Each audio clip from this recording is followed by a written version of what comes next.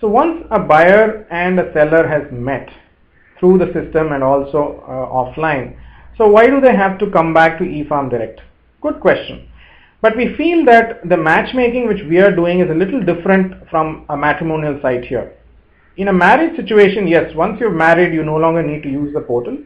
But in the case of a farmer, because since he is growing different items at different points, so he may have a buyer for coconuts today, but a coconut buyer may not be buying pumpkins or carrots or beans and other things. So he needs to find different buyers for his different products.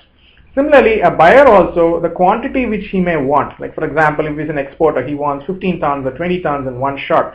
It may not be possible to get all of that from the same farmer. So usually a buyer, we encourage them to work with a cluster of farmers or a farmers federation, in which case the actual order is being fulfilled by several farmers.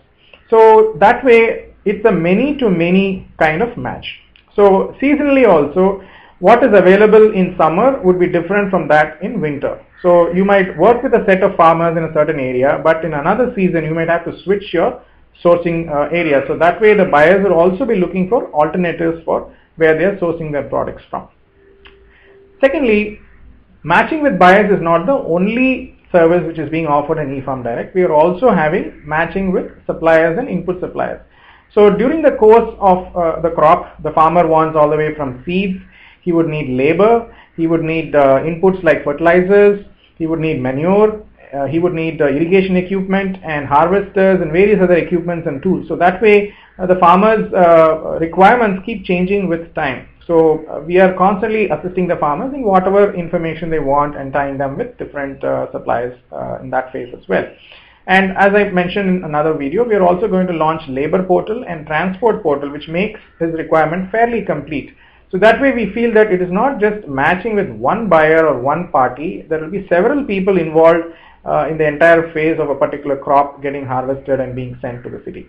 So additionally, we also want to mention here that a lot of financial institutions like banks and microfinance are also beginning to register into the system, because since it gives a very transparent history of what a farmer is doing. So currently most of these banks are giving blind loans, where they're having a big mela and giving loans left, right and center to anybody without really knowing what they're doing, and they also don't have any systems to track the progress.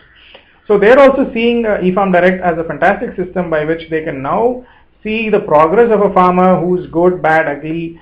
They can review the ratings, and they can also see the progress of a farmer improving his income. So that way they know that when they give a loan, the chances of repayment are much better. So that way, transparently, even as you're just working in the system and staying on the system, we encourage you, because like even if you're not harvesting, somebody is actually looking at your record and they could be making decisions as we speak about giving you a loan or a subsidy or even an award from the government for being one of the best progressive farmers in the system.